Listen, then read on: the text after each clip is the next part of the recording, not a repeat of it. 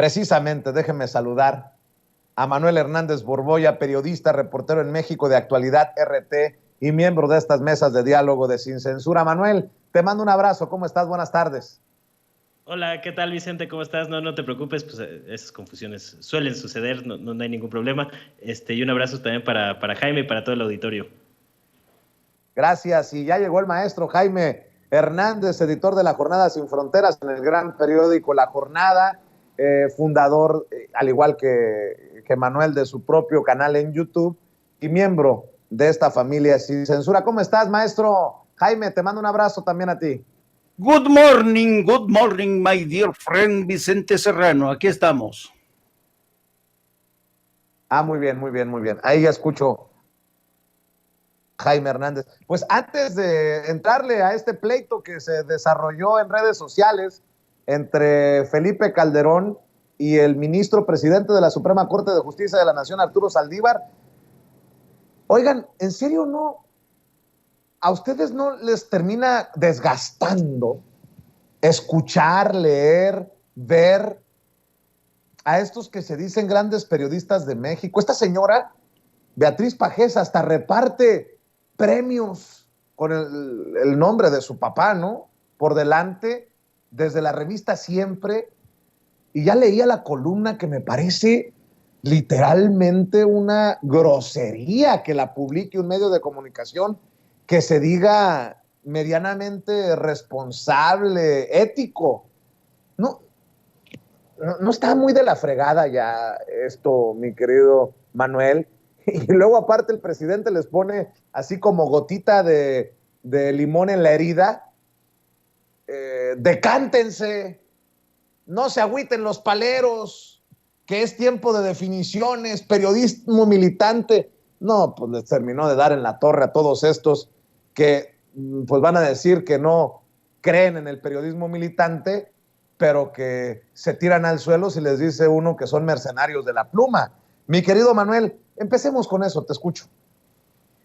Sí, pues es patético que muchos de los que están impulsando este discursito en redes de los paleros en redes, pues hayan sido servidores de lo más rastreros de los viejos partidos políticos. En el caso de Pajés, pues toda la vida ha sido priista, lamezuelas de los intereses del PRI que devastó este país, y que ahora salgan con estas cosas, pues es realmente patético, ¿no? O sea, muchos de los que rendían pleitesía al régimen neoliberal del PRIAN, que fueron copartícipes en cosas como la reforma energética, que tuvieron una cobertura muy favorable hacia esos intereses, omitiendo completamente las otras posturas. Y digo, ahí me consta porque yo cubrí ese tema en el Senado, todos los días revisaba los periódicos al día siguiente, y era pues muy contrastante ver cómo los argumentos en contra de la reforma energética prácticamente no aparecían, ¿no?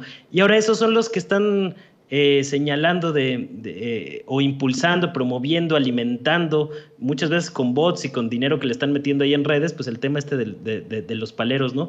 Entonces, pues por tantita congruencia, ¿no? Pero ya sabemos que eso no existe y que realmente lo que hay pues es una lucha de poder, hay una lucha política sobre estos temas, y por eso no es de extrañarse que personajes rastreros como Pajés pues haga este tipo de comentarios, ¿no? Pues ya hemos visto que ahí en sus espacios con Carlos Alarraq y demás, pues lo que menos importa es algún comentario con algún mínimo asidero a la realidad, ¿no? Lo que les importa es posicionar ciertas narrativas, y eso es en lo que están trabajando. Pero pues yo digo que a personajes como Pajés no hay que hacerle mucho caso, porque ni siquiera es relevante ni para los mismos priistas. Y pues por cierto que era de las que aparecía en las listas estas de los privilegiados durante el sexenio de Enrique Peña Nieto con contratos millonarios, ¿no? Entonces pues que no vengan ahora con esas tonterías. Y sumemos a esta situación a gente que no entiende todavía la nueva realidad del periodismo. Por ejemplo, voy a compartir Daniel Blancas Madrigal, quien fuera corresponsal en Palacio Nacional de la Crónica de Hoy, y digo que fuera porque ya dice que él no va a seguir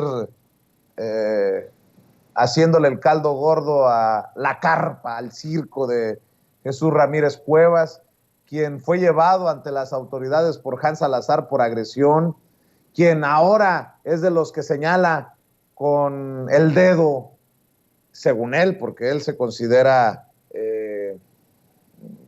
juez, quién es verdadero periodista y quién es palero. Escribe, y me parece de lo más honesto que le he leído en los últimos días: soy de los frustrados que siempre han pensado que periodismo debe servir para denunciar abusos y corruptelas de gobiernos y políticos, para despertar a ciudadanos frente a esos excesos. Pero tiene razón López Obrador, arrastramos colota por triste papel que medios y voceros han jugado. ¿Cómo posicionamos al periodista para que haga su labor? ¿Abriendo sus propios canales o medios? ¿Y de qué vivimos? La mayoría de la gente es muy pobre como para estar donando a un canal periodístico fuera del empresarial. Mi querido Daniel Blancas, creo que lo que se necesitan son un par de huevitos con su respectiva yema, se lo pones al chocomil y perderle el miedo a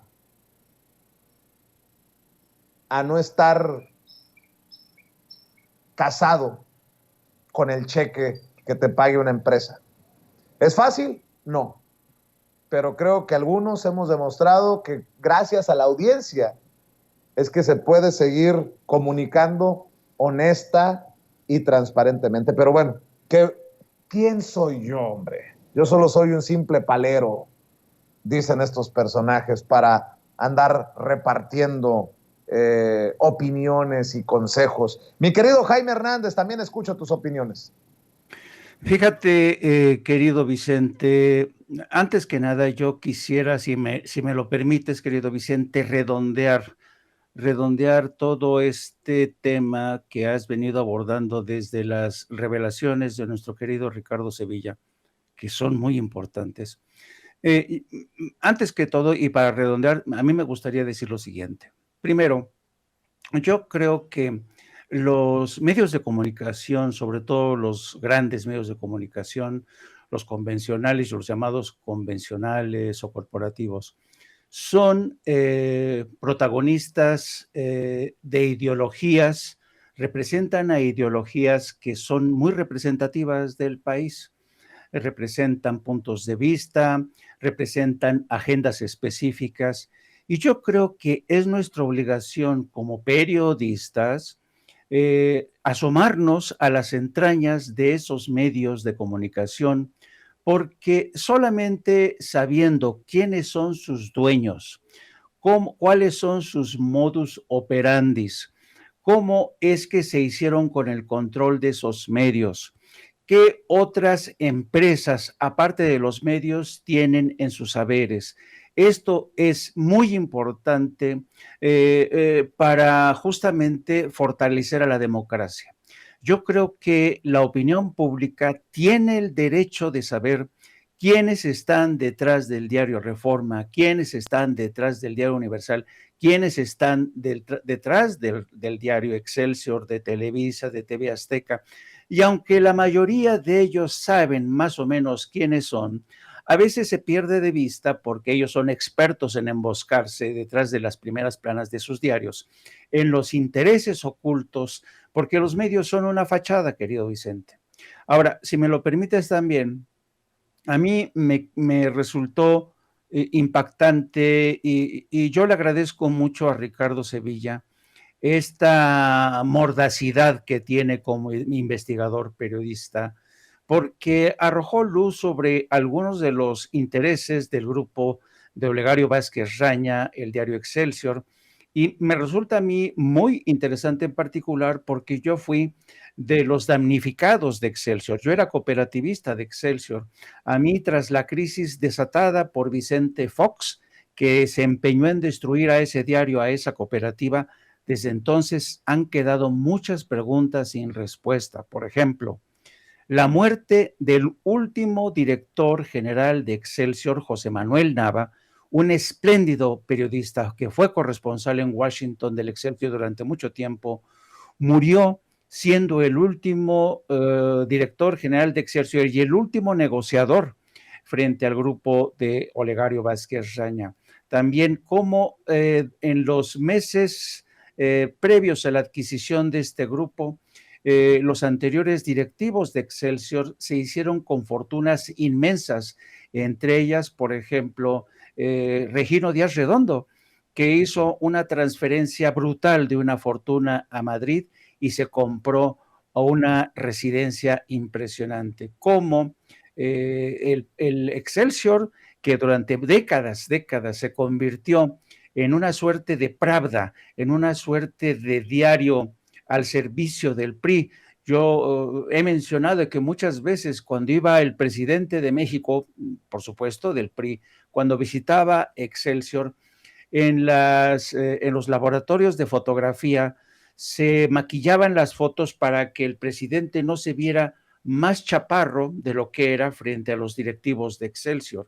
Era todo un manejo de comunicación de Estado. Y ahora, en lugar de ser ese manejo de comunicación de Estado, se ha convertido en un manejo de comunicación corporativo. Me refiero a Reforma, me refiero a Excelsior, y cuando yo escucho a periodistas rasgándose las vestiduras que trabajan para esos medios, asegurando que son incapaces de abrir la boca, de denunciar porque perderían su puesto y las cosas están muy complicadas, yo lo entiendo, pero entonces, si están en una posición tan frágil, pues más vale que también se contengan a la hora de criticar a otros periodistas que han tenido los pantalones suficientes para iniciar por sí mismos proyectos independientes, ¿eh? Proyectos independientes que a veces, y tú lo sabes muy bien, querido Vicente, llevan por momentos amargos de incertidumbre, sobre todo financiera, ataques desde medios convencionales. Así es que para concluir, yo diría que es obligación de nosotros exponer quiénes son los titulares de estos medios de comunicación, cuál es su agenda, cómo es su modus operandi. Y en ese contexto, pues la columna de Beatriz Pajés lo dice todo, ¿no? Beatriz Pajés, una soldada del PRI, que siempre estuvo en las filas del PRI, que empequeñeció en todos sentidos la revista Siempre para ponerla al servicio de sus colegas, de sus cuates, y luego para quedarse prácticamente también desahuciada financieramente, y hoy le sigue pidiendo chiche al gobierno, atacando al presidente para recuperar sus prerrogativas y sus amplios beneficios que experimentó como soldada del PRI y también como dueña de un medio de comunicación que heredó, ahora sí que por derechos dinásticos, de ese gran periodista don José Pajés. Interesante intercambio entre Felipe Calderón y el ministro presidente de la Suprema Corte de Justicia de la Nación. Me queda claro que los personajes no se quieren el uno al otro, por lo que ha denunciado Arturo Saldívar. Ha dicho que en tiempos de cuando Felipe Calderón era presidente quería pasar por encima de ellos, dictarles línea. Y escribió ayer precisamente el ministro presidente de la Suprema Corte de Justicia de la Nación, Arturo Saldívar, en Twitter. Y mientras siguen matando mujeres con saña, pregunto, ¿ya es tiempo para que todos y todas discutamos soluciones y las pongamos en práctica? ¿O seguirán siendo prioridad las grillas baratas, los egos y las fobias? ¿Qué estamos esperando? Los feminicidios deben revertirse ya. Y Felipe Calderón, como el mezquino que es, escribe retuiteando a Arturo Saldívar. Durísimo mensaje del presidente de la Suprema, Arturo Saldívar, al presidente López Obrador. Y yo creo que Felipe Calderón pensó que Arturo Saldívar no iba a decir algo y resulta que le contesta con tremendo periodicazo. Se equivoca de destinatario Felipe Calderón y se equivoca doblemente al tratar de politizar acciones que empiecen a mejorar la condición de las mujeres. Lamentable, así no. Mi querido Manuel, así o más claro. Sí, pues ahí quiso amarrar navajas el detestable Felipe Calderón, que pues para eso es para lo único que sirve ahora en su faceta de tuitero, ¿no? Para estar ahí tratando de azuzar el fuego, quiere ahí recobrar el poder que alguna vez tuvo para seguir destruyendo el país, porque pues es uno de los principales responsables del alto grado de homicidios y feminicidios, porque si uno ve cualquier gráfica de feminicidios, hay una relación muy clara, paralela, entre el aumento de la violencia en el país con el aumento de los feminicidios en todo México, ¿no? Entonces que ahora venga este personaje a salir o a querer ahí amarrar navajas entre el Poder Judicial y López Obrador, me parece lamentable, ¿no? Sí, también yo me quedé con la duda de a qué se refería exactamente Saldívar con eso de las grillas, porque también hay que reconocer que en el Poder Judicial las grillas baratas, como dijo por ahí, porque de alguna manera, pues sí, también se da luego de que López Obrador exhibió los altos ingresos de la Suprema Corte de Justicia de la Nación, de los ministros de la Corte y de la Judicatura, que son donde el ministro presidente de la Corte ocupa un doble cargo, y que ha quedado a deber también esta limpia que se propusieron desde un inicio Saldívar y López Obrador en el Poder Judicial. Seguimos viendo que pues, hay jueces que otorgan amparos a las mafias del sector energético, a las mafias de los altos funcionarios que se han amparado para evadir la ley de austeridad republicana, etcétera, etcétera, ¿no? Entonces, el Poder Judicial todavía tiene un reto muy importante por sacar adelante esta limpia en el Poder Judicial que se ha quedado muy, muy corta y que no hemos visto tampoco que sea un tema muy comentado en los medios de comunicación. Todo se le achaca de alguna manera al gobierno federal, al presidente López Obrador, cuando hay otros aparatos del Estado que están ahí navegando con bandera o están nadando de muertito en el sexenio y siguen muchos males añejos ahí gestándose pues de manera subrepticia, ¿no? Entonces, pues el intento de Calderón pues es entendible que quiera amarrar navajas, pues es a lo que se ha dedicado, a sembrar cizaña, a azuzar y demás. Es para lo único que sirve ese personaje. Ya su credibilidad está tan por los suelos que ni aún con el peso que tienen todavía algunos de sus achichincles en redes, que son grupos bastante activos que tratan ahí de impulsar temas como de los paleros, entre otros, pues no les están dando los números. O sea, tú revisas cualquier encuesta de 2018 para acá y pues todas está completamente errada la oposición. Pues ahí está Alito Moreno,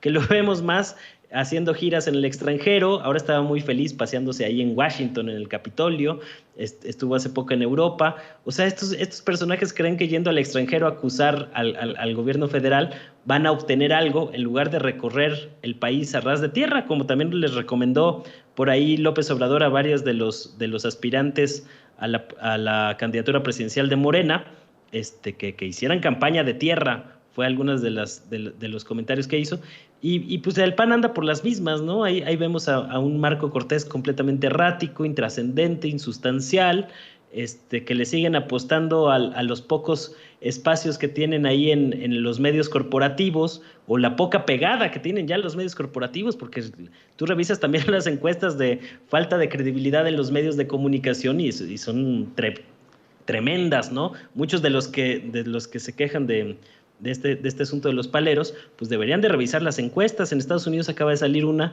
que dice que 9 de cada 10 personas no cree en lo que dicen los medios de comunicación.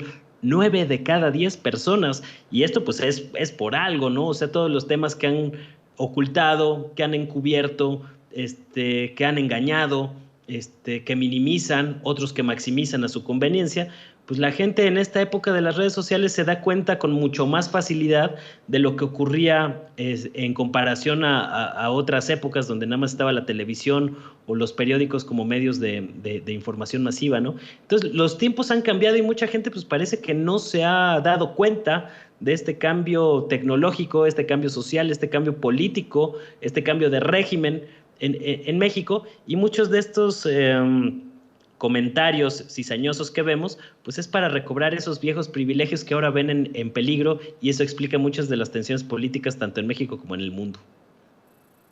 Así es.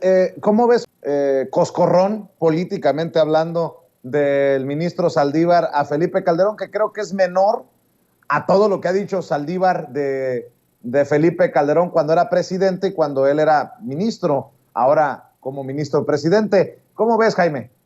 Pues yo lo veo muy merecido este coscorrón porque, mira, yo creo que a todos, a una inmensa mayoría de mexicanos, nos tiene harto el activismo de Felipe Calderón en Twitter, y te voy a decir por qué.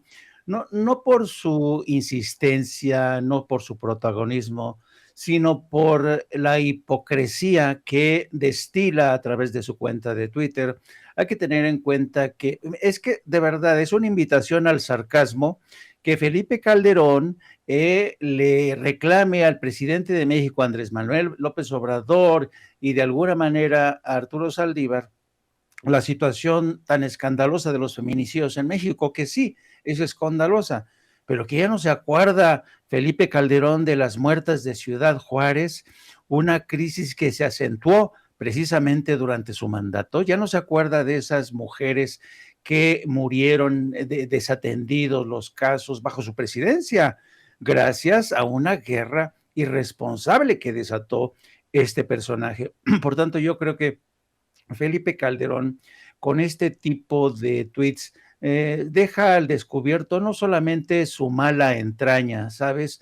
Yo creo que es un político, no, retiro lo de político, es un rufián desquiciado que intenta a cada rato, ¿sabes?, hacer ruido, interferir, criticar, pero es lo único que ha podido ser y podrá seguir haciendo, porque para su beneficio hay que decir que gozamos de amplias libertades en este país. Ya cualquiera puede lanzar un tuit despotricando contra incluso el presidente o el ministro supremo, el presidente de la Suprema Corte de Justicia. Yo digo, qué bueno que tenemos esta amplia libertad de expresión que le permite a un expresidente que tendría que ser juzgado por crímenes de lesa humanidad, fíjate hasta dónde voy, cómo un hombre como estos de una calaña impresionante es capaz de utilizar su cuenta de Twitter como parte de una estrategia de comunicación política para seguirse posicionando, porque según él, en su mente loca, cree que puede regresar él o Margarita para ocupar de nuevo, yo no sé si reinaugurar Los Pinos o también quieren regresar a Palacio Nacional, pero el pueblo, lástima Margarito, ya el pueblo decidió que no hay marcha atrás y que personajes como tú, algún día, porque son muchos los que buscan tu cabeza, Felipe, algún día tendrás que rendir cuentas en la justicia. Ahí te va, querido Jaime, el analista, bueno, o uno de los analistas estrella de Carmen Aristegui, de Televisa, del Reforma, Alfredo Lecona, fue exhibido hoy en la mañanera con un tuit que yo rescaté antes de que borrara, y ese tuit que circuló como pólvora en redes sociales lo retomó el presidente, y la verdad que creo que bien ganado por parte de Alfredo Lecona. Se burla el presidente de estos conservadores. Yo le puse en Twitter a Alfredo Lecona, ya ves, Alfredo, y tú que borraste el tweet buscando esconder tu joyita. De nada. Vamos a ver cómo el presidente exhibe a estos que desde su odio, desde su veneno, confunden a Francisco y Madero con Martí o Martí con Francisco y Madero. Internalizarlo. El piloto de Aeroméxico, que me consta que dijo de que no iba a aterrizar a la primera porque había un cráter en la pista. Sí hay algo de diferencia entre un bache un socavón y un cráter, ¿verdad? Entonces, pero eso es lo que sucede cuando se opta por el fanatismo. Nos cegamos, entonces ya no funciona nada. Mire, este es un opositor de las redes.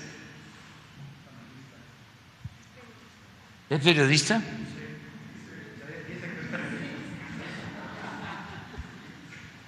Mire, se ve tan chiquito al lado de Madero. Además, decía Napoleón que la grandeza se mide de la cabeza al cielo. Juárez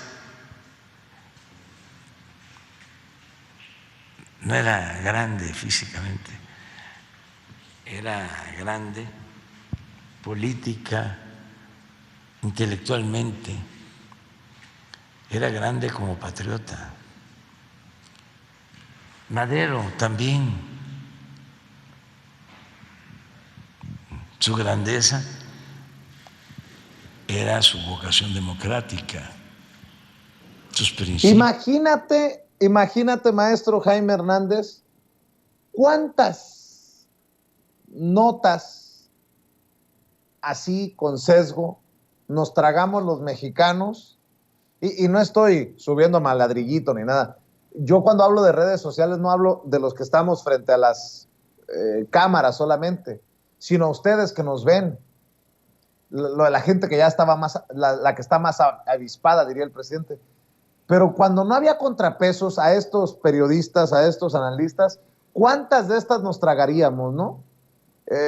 Bueno, pues Alfredo Lecona exhibido en la mañanera. Por cierto, gracias a Karina Flores por los $50 de superchat. Dice, solo para que arda el Daniel Blancas, jaja, qué risa da. Pórtese bien, Karina, gracias por los $50 de superchat. Mi querido Jaime, te escucho.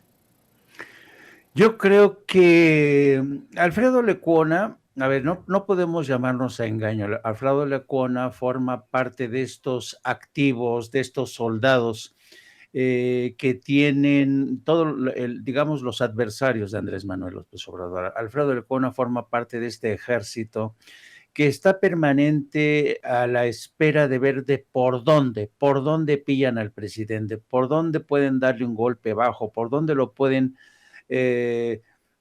ahora sí que pillar fuera de base. Pero es muy complicado pillar fuera de base a Andrés Manuel López Obrador, y Alfredo Lecona debería de saberlo mejor.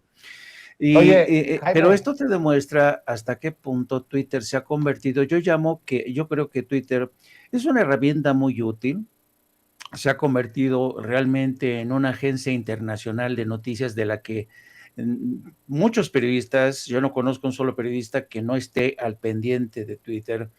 Pero también los periodistas profesionales tenemos el ojo muy desarrollado para detectar inmediatamente quién la caga, ¿no? Y ha sido el caso de Alfredo Lecona, que le ganó el odio, le ganó las prisas, Jaime, por descalificar al presidente. Y Jaime, dime. ¿Quieres ver que tienes razón cuando hablas de odio contra López Obrador? ¿Quieres ver que no exageramos cuando decimos que estos personajes como Alfredo Lecona tienen odio a López Obrador? Pues ahí te va lo que publicó en Twitter, Jaime. A ver. No encuentro la parte de la mañanera en la que el presidente se burla de mi pifia y pone la parodia del presidente Andrés Manuel López Obrador. De ese nivel, el gran analista del Reforma, de Carmen Aristegui y de Televisa. Porque estabas hablando de odio. Si esto no es odio, ¿qué es? Es espuma rabiosa que aflora en Twitter, querido Vicente. Es la espuma rabiosa de esta gente que fíjate que incluso a ellos les encanta que el presidente hable de ellos porque de esta manera ellos se posicionan, ¿sabes? Se posicionan como los adversarios, con los personajes a los que hay que tomar en cuenta, con los personajes que están detrás ahí vigilando todos y cada uno de los movimientos del presidente, de los paleros, como dicen ellos. Pero yo creo que el grave problema que tiene esta gente es que son incapaces de mirarse al espejo. Qué jodido, ¿no? Qué jodido sería si Alfredo Lecona tuviera el valor de asomarse al espejo y verse tal y como se ha convertido en una caricatura, no acepta sus errores, cosa que denota una deshonestidad intelectual preocupante, porque yo creo que un síntoma de honestidad intelectual es aceptar con humildad cuando uno la caga, pero cuando hay deshonestidad intelectual lo niegas todo. Y yo creo que eso es precisamente el botón de distinción de toda esta gente. La deshonestidad intelectual, la deshonestidad política. Como ha dicho el presidente, eso es lo que caracteriza a la derecha rabiosa, la deshonestidad. Por más que tú que te empeñes en reeducarlos o en mostrarles la realidad, ellos te van a decir que no. Mientras esa realidad no se ajuste a lo que ellos quieren, pues se van a negar en redondo a admitirlo. Así es que yo creo que Alfredo Lecona tiene serios problemas para verse en el espejo reflejado como la caricatura en la que se ha convertido, como la burla de millones de mexicanos, que seguramente en el lenguaje popular, y tú sabes que a veces es devastador, es en misericordia el lenguaje popular, muchos dirían, ya los estoy escuchando, se la metieron doblada y no quieren ni reconocerlo. Ufa, ufa, ufa. Para cerrar, los gobernadores de Morena estarían entre los mejor aprobados por los ciudadanos de sus estados. Aunque el principal problema que siguen enfrentando es la inseguridad, revela una encuesta elaborada por Poligrama. El estudio destacó que entre los 5 gobernadores estatales mejor evaluados, 4 pertenecen a Morena o al oficialismo y solo llevan un año al frente de sus entidades, como es el caso de San Luis Potosí, del Partido Verde, y de Sinaloa, Guerrero y Sonora de Morena, quienes resultaron electos en el 2021. Hay que recordar que el Verde es aliado de Morena, una alianza que llevó legislativamente el sector gobernante. El único gobernador de oposición en el top 5 es el del estado de Yucatán, el panista Mauricio Vila, quien fue electo desde 2018 y se posicionó en el 4º lugar. Pero esto sí me sorprende, ¿eh?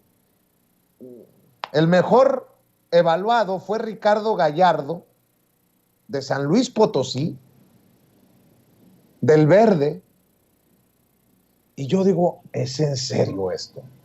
No, con mucho respeto, ¿no?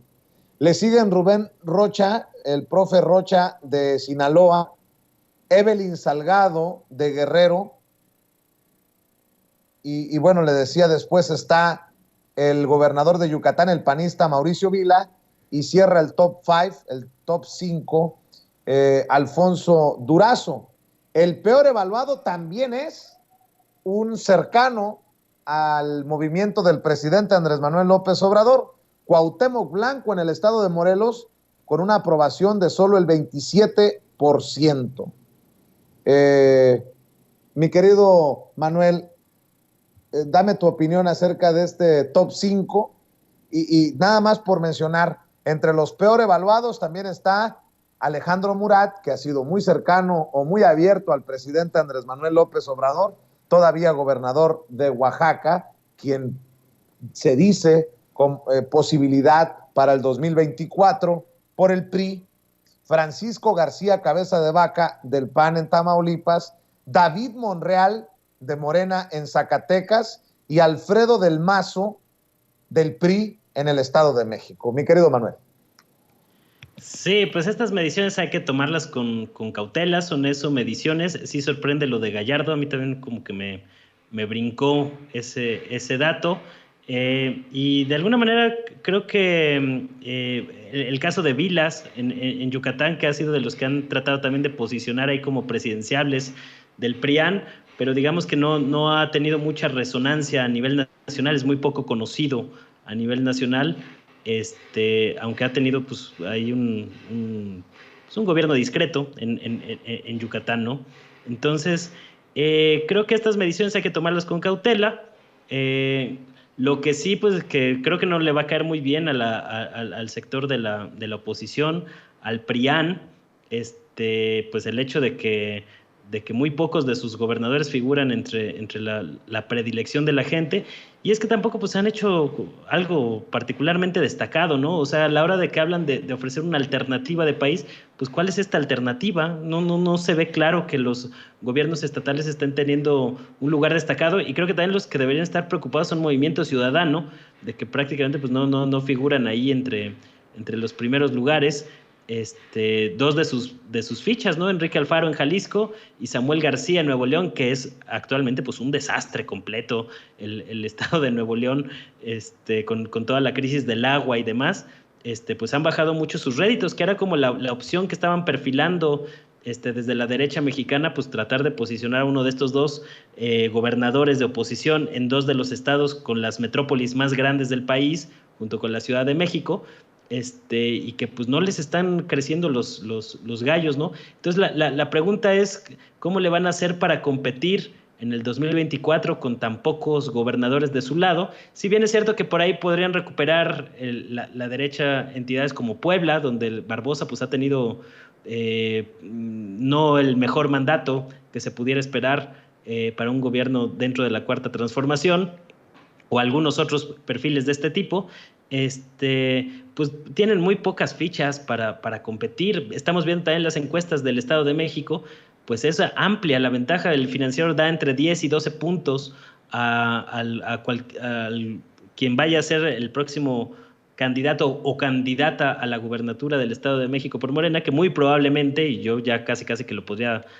ir cantando o dando por hecho desde ahorita, que va a ser Delfina Gómez, frente a cualquier prianista, ¿no? Entonces, corren el gravísimo riesgo de perder el Estado de México el próximo año, y con esto pues va a continuar la debacle de gubernaturas, ¿no? Entonces, pues ¿con qué fichas van a competir en el 2024? Pues se les viene otra planadora electoral, y después van a querer culpar a los programas sociales, al oficialismo, a un sinnúmero de pretextos que van a poner en la derecha ante lo que se les viene, ¿no? Porque ahí viene otra aplanadora electoral, y no veo cómo se la vayan a poder quitar. Creo que el mayor riesgo que tiene ahorita Morena, pues es internamente, ¿no? O sea, con estas campañas anticipadas que han generado malestar ahí entre los simpatizantes de Marcelo Ebrard, que ayer López Obrador también comentó o mandó el mensaje de que quien estaba reclamando falta de piso parejo estaba despreciando al pueblo, ¿no? Que fue un mensaje ahí con dedicatoria para el grupo de Marcelo Ebrard, que estaba presente en la conferencia matutina además.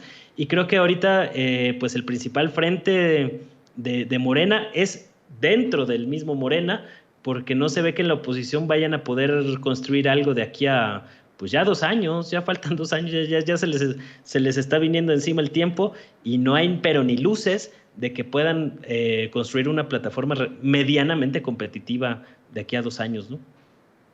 Definitivamente, si estas encuestas las damos por buenas, suponiendo sin conceder, diría el presidente, pues el PRI podría, ¿qué digo de su bastión? De la joya de la corona, el Estado de México, si es que las encuestas son buenas, ¿no? Y yo creo que es una encuesta, yo también coincido, al igual que Manuel, yo soy de los que consideran que las encuestas siempre hay que revisarlas bajo una luz muy prudencial. Aún así, aún así no deja de ser significativo este avance de estos gobernadores bien calificados que ejercen el poder bajo esta nueva, digamos, mística de trabajo, honestidad, porque me he fijado que uno de los elementos claves que la gente valora y mucho es el tema de la honestidad. Yo creo que si estos gobernadores tienen una buena valoración, yo creo es básicamente porque ya no hay indicios de más corruptelas como en el pasado. También, como tú bien señalaste, querido Vicente, la gran preocupación sigue siendo la seguridad ciudadana, pero todo mundo, yo creo que, no la oposición, pero la inmensa mayoría de los habitantes en México consideran que la seguridad es un tema que no se va a resolver de la noche a la mañana. ¿Cuántas veces hemos dicho nosotros, yo que he visto no sé cuántos conflictos y he cubierto no sé cuántas guerras, existe esta vieja frase que dice que una guerra civil, un conflicto, se produce de la noche a la mañana, pero cicatrizar, restañar heridas, conseguir la paz, se consiguen hasta a veces hasta en 100 años después. Entonces, alcanzar la paz es harto difícil, muy complicado. El presidente, él ha reconocido que es una de sus principales preocupaciones, yo creo que es la que le quita el sueño, pero aún así los ciudadanos son conscientes de que por lo menos quienes están ejerciendo el poder en esos estados, también está viendo el nivel de aceptación, por ejemplo, de Laida Sansores, que está ganando en popularidad. ¿Por qué será? ¿No? Entonces yo creo que esto es sintomático y aún así, con miras al 2023, que como bien dices, ven las elecciones para el Estado de México y Coahuila, yo creo que Morena no debe de confiarse, no debe de confiarse, porque si bien es cierto que estas cifras, estas encuestas le favorecen, no puede dormirse en sus laureles, sobre todo cuando todavía falta mucho por hacer, querido Vicente. Así es. ¿Por qué no cerramos invitando a la gente a tus trincheras, Jaime? Lo mismo le pediré al querido Manuel Hernández Borboya. Antes de irme, te quería comentar algo, si me lo permites, querido Vicente, y lo Claro. hago, permíteme despegarme un poquito del proyecto de Sin Censura. Te voy a hablar como periodista, no como amigo, te voy a hablar como periodista. Me da que el secretario de Gobernación se haya comunicado contigo personalmente para confirmarte la entrevista, lo mismo también que ya haya hecho lo propio la oficina de prensa de la jefatura de gobierno de Claudia Sheinbaum. Creo, y hablo como periodista, no como tu cuate, no como representante de o como miembro de la familia Sin Censura. Creo que esto es muy importante para toda la familia periodística. ¿Por qué? Porque yo creo que México está entrando en una fase de transición donde los medios no tradicionales, los medios digitales, tienen todo el derecho a ser invitados a la mesa de la información, a la mesa de la comunicación, porque precisamente en esa mesa de la información es donde se cocina y muchas veces se deciden o se ponen sobre la mesa los ingredientes que van a nutrir a la futura democracia, porque yo creo que los ciudadanos merecen estar bien informados y el poder político tiene el deber de reconocer las voces, los rostros de aquellos que están haciendo un esfuerzo no pagado para ofrecerle información directa, sin filtros, sin sesgos a la población.